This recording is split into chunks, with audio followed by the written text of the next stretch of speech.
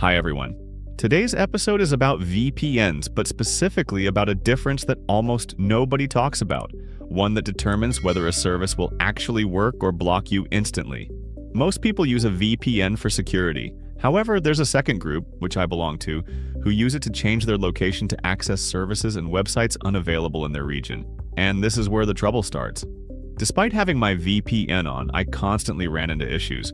Websites wouldn't load, and payments would fail every single time. I tried everything. I tested all the popular, heavily advertised VPN providers, both free and paid. Nothing worked. I set my browser language to English, which is crucial because on sites like GTL Visit Me, I couldn't even book an appointment if the browser wasn't in English. I even disabled geolocation in my browser so my location would be determined solely by my IP address. But the biggest headache was paying on Union Supply. Every time I tried to pay for an order, I got an error. It didn't matter if I used a European Revolut card or a specialized US unlocked card. What was most bizarre? There wasn't even a record of a transaction attempt in my bank app.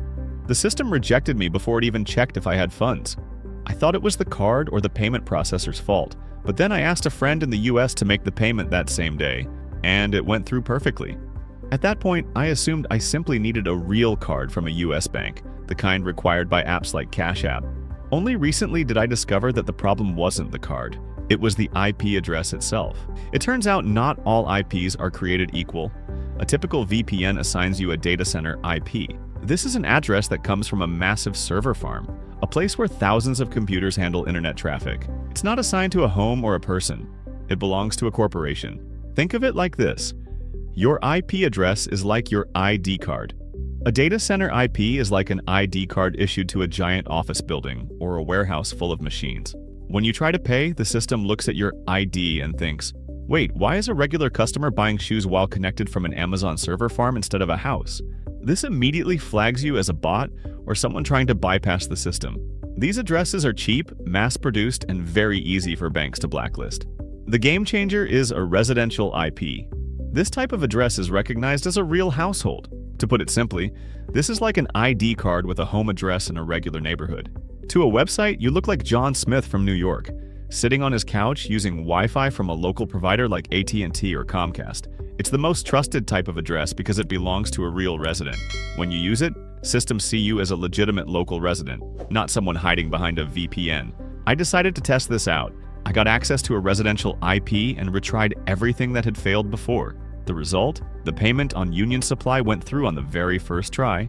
And here's the kicker. I was able to pay with my regular Revolut card, not even the US unlocked one. This proved once and for all that the card was fine. It was my IP address that was on the blacklist. The only downside to residential IPs is the price. They are usually more expensive than standard VPNs. But if your goal is to use international services smoothly and make purchases, it's the only option that actually works. To sum it up, if you use a data center IP, websites see a server, not a person, and they will block you. If you use a residential IP, they see you as a normal home user. A VPN isn't just about changing your country, it's about whether the internet trusts you. Thanks for watching, and see you in the next one.